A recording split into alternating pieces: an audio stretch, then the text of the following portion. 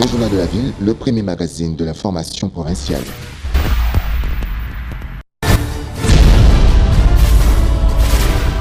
Tout de suite, le journal.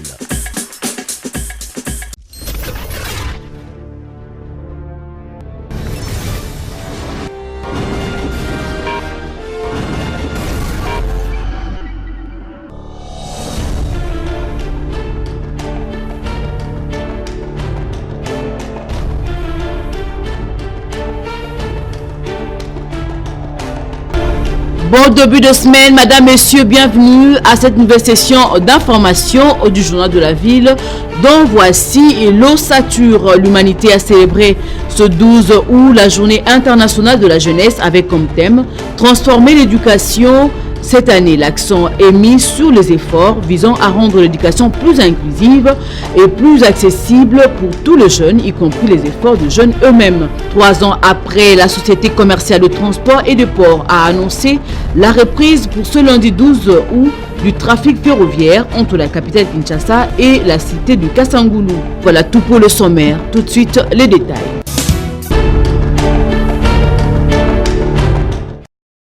Épidémie d'Ebola en République démocratique du Congo, 15 nouveaux cas ont été recensés le week-end dernier, dont 11 au Nord Kivu, notamment 6 à Beni, 2 à Butembo, 1 à Katwa, 1 à Matwanga et un autre à Vuozi et 4 en Ituri, notamment 3 à Mambasa et 1 à Mandima. Un agent de santé figure parmi les nouveaux cas confirmés de Mutwanga, selon le secrétariat technique de lutte contre la maladie à virus Ebola. Depuis le début de l'épidémie, le cumul de cas est de 2816, dont 2722 confirmés et 94 probables. Au total, il y a eu 1888 décès, 1794 confirmés et 94 probables et 833 personnes guéries.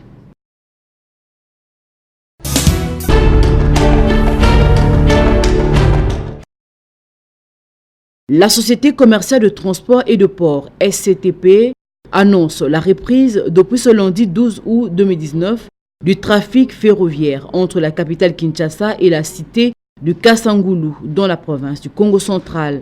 Cette remise en service intervient après plus de 3 ans de suspension suite au mauvais état de rail et de l'insécurité.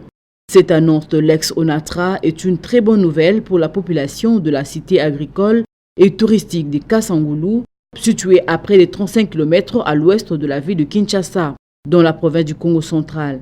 Elle peut donc désormais se déplacer avec leurs marchandises vers la capitale congolaise sans éprouver des difficultés comme problème d'embouteillage, cas de perte de biens et autres. Du côté de la SCTP, la suspension de services dans cette partie du pays depuis le 15 octobre 2015 a été un manque à gagner et les trafics s'effectuaient tous les jours de la semaine, moyennant juste 500 francs congolais.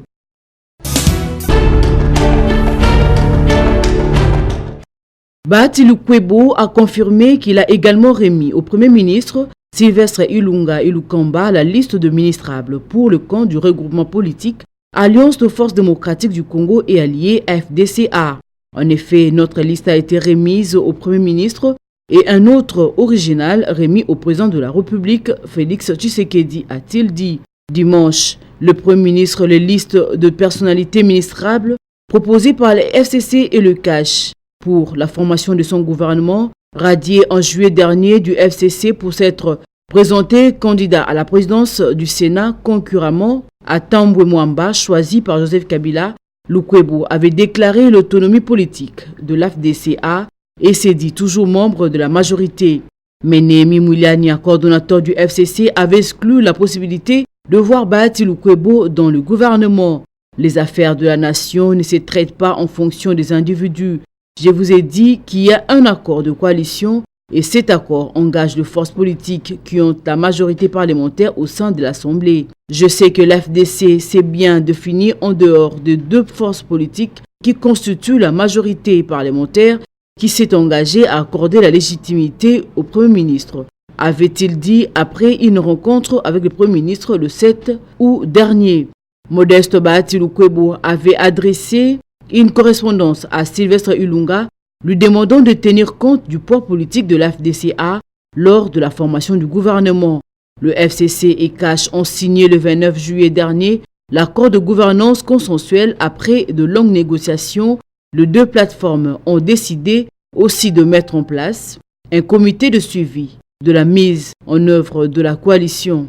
Ce gouvernement sera composé de 65 membres, dont 48 ministres et 17 vice-ministres, 23 pour le CACH et 42 pour le FCC. Le reste sera géré par le CACH. La date de la publication du gouvernement n'est pas encore connue.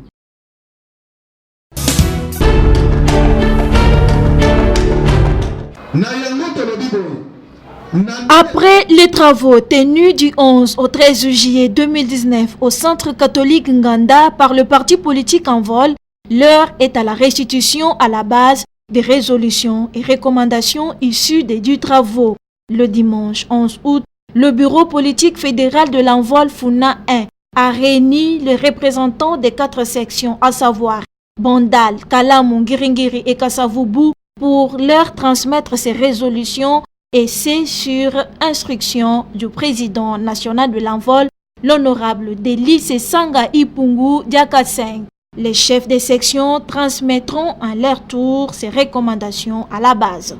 Mais quelles sont ces résolutions? Jude Nkaka Isolumbu, secrétaire national d'animation, idéologie, suivi d'activités et mobilisation à l'Envol, explique. Nous avons parlé sur la nécessité de la restructuration du parti et aujourd'hui, le président national, camarade Délice Sanga Ipungu, cerveau d'État, et le laboratoire du pays avait déjà initié la restructuration au niveau national.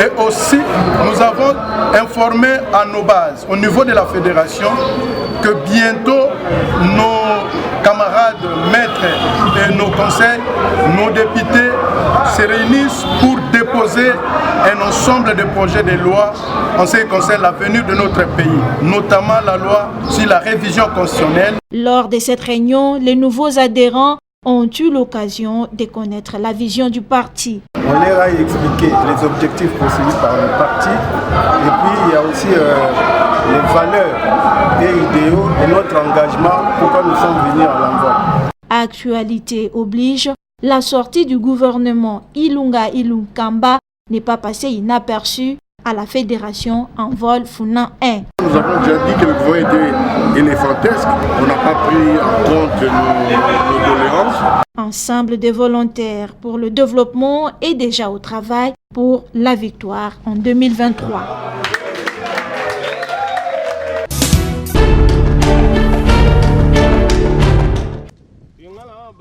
L'association des anciens de l'ISTA organise une marche de santé le dimanche 18 août en honneur de tous les anciens étudiants de Mouchetouville. C'est le coordonnateur de cette association, José Ebengo, qui l'annonce à notre micro. Il souligne que cette marche va débuter à 10h à la place Kitambo Magasin pour chuter à Mboudi en passant par l'avenue des Écuries. Tous les anciens de l'ISTA sont invités à cette marche. Les conditions, c'est être tout d'abord un ancien de l'ISTA et avoir ton polo. Chaque marcheur doit avoir un polo. L'objectif est de consolider les relations entre les anciens de l'ISTA. Nous voulons consolider nos relations et on va remettre les statuts à tous les marcheurs pour l'amendement. Ceux qui veulent avoir le polo se vend à l'immeuble Beautour local 89 ou vous appelez le CG au numéro 085 82 50 151 ou vous appelez Jean-René Asenga au numéro 081 16 27 923. Mais si tu es étudiant, tu n'es pas concerné. Ceux qui sont concernés, les anciens de l'ISTA. Voilà. Même ceux qui viennent de finir cette année sont invités. Nous allons prendre l'itinéraire de Kitamo Magasin, avenue Ekiri, jusqu'à avenue de l'école. On descend jusqu'à Mboudi.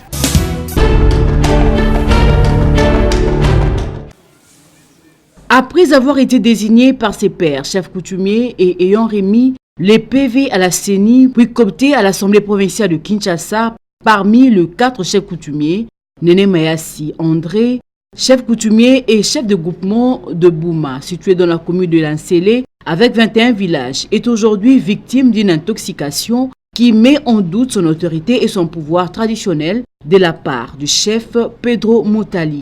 Interpellé au parquet et au Conseil d'État, l'honorable Néné Mayassi a gagné tout le procès. Malheureusement, ses adversaires tiennent toujours à son invalidation par le moyen de la corruption. Étant en bon terme avec sa famille, Néné Mayassi a réagi dans son bureau pour dénoncer ce complot contre sa personne en présence des statuts que lui a légués ses arrière-grands-parents, signe du pouvoir. Problème ezali yangai na chef de groupement Pedro Motali ezali kamba motema mabe. Na kati ya Kobina Nzele tozali na 5 groupements. Oto yebani ngai na monsieur Pedro Motali tozwaka na mbongo esika moko ya ba chef de groupement. Ngai nazali chef coutumier et docteur de groupement Bouma. Na kanisi bomoni mabele na ngai boza na kati ya bureau na ngai bomoni biloko bakoko na nga batikela ngai.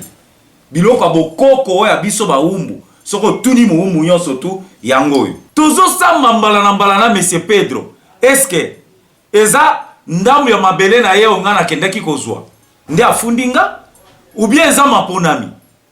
Bon, maponami yango ya sinyaki te na papio baninga baponaki ngai. Asinyaki na lobby na bakonzio bazali koyoka ngai. Batale la dossier na nga malamu. Biso toza ba chef coutumier.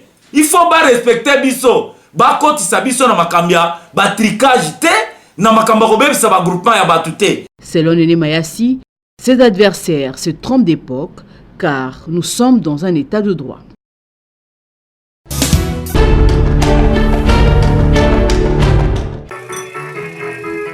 L'Église catholique orthodoxe occidentale du Canada en République démocratique du Congo, congrégation des missionnaires à la Joannique, a procédé à l'ordination des 2 diacres et 2 prêtres le dimanche 11 août à la paroisse Notre-Dame de Délivrance de Kingabois, une ordination qui a coïncidé avec l'Assomption des Maries. L'officiant du jour, Monseigneur Jean-Claude Kindula Asuku, a dans sa prédication tiré de l'évangile de Luc 1, 39, 5 à 9, conscientiser l'Auguste Assemblée sur l'Assomption des Maries, la sagesse et la grandeur de Dieu.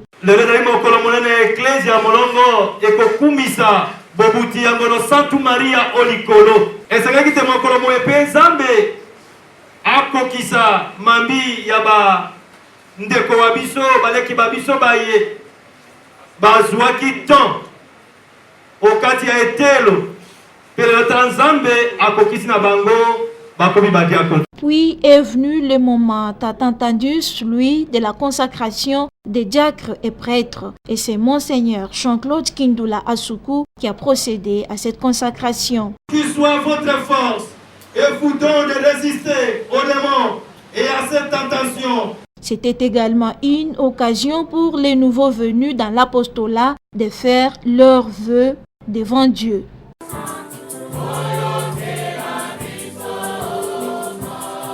Les consacrés, diacres et prêtres se disent très heureux et bénissent l'Éternel Dieu Tout-Puissant. Je bénis le Seigneur pour ce jour spécial. C'est la grâce que l'Église nous a accordée pendant cette journée ici. D'avoir eu le sacerdoce comme diaconat.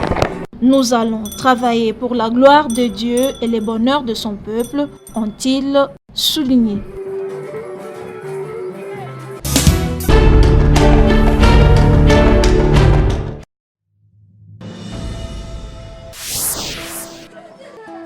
Qui t'a frappé? Personne. Mais alors? Mais ça confondit mes points. Montre-moi les bulletins. Oh! 20%! Ton maître va me sentir.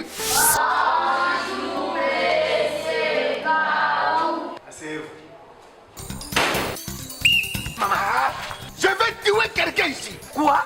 Je vais faire le génocide scolaire. Je ne comprends pas. En regardant cet enfant, est-ce qu'il mérite 5 points? Fils, tu es chez le maître Gaou? Oui. Oh, maman. Et vos apaisements, c'est mon ami. Ah, venez.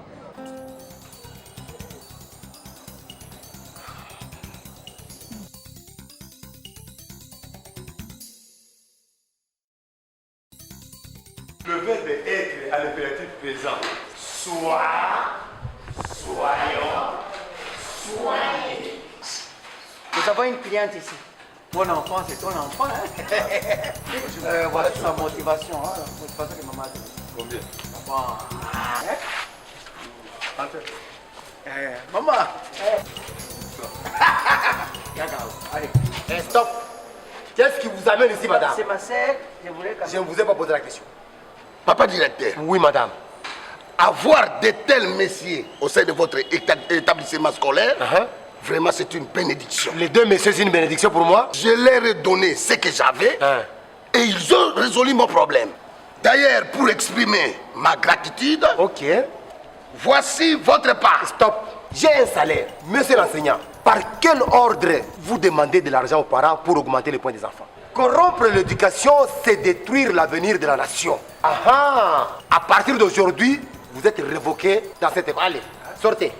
Chers compatriotes, éradiquons la corruption qui engloutit notre enseignement et offrons à nos enfants une éducation de qualité.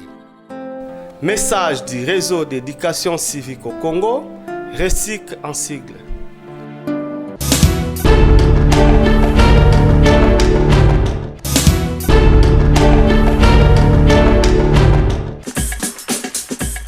Madame, Messieurs, ce journal est complètement terminé. Merci de l'avoir suivi et surtout, restez branchés à nos programmes. Le prochain rendez-vous est fixé pour le mardi 13 août.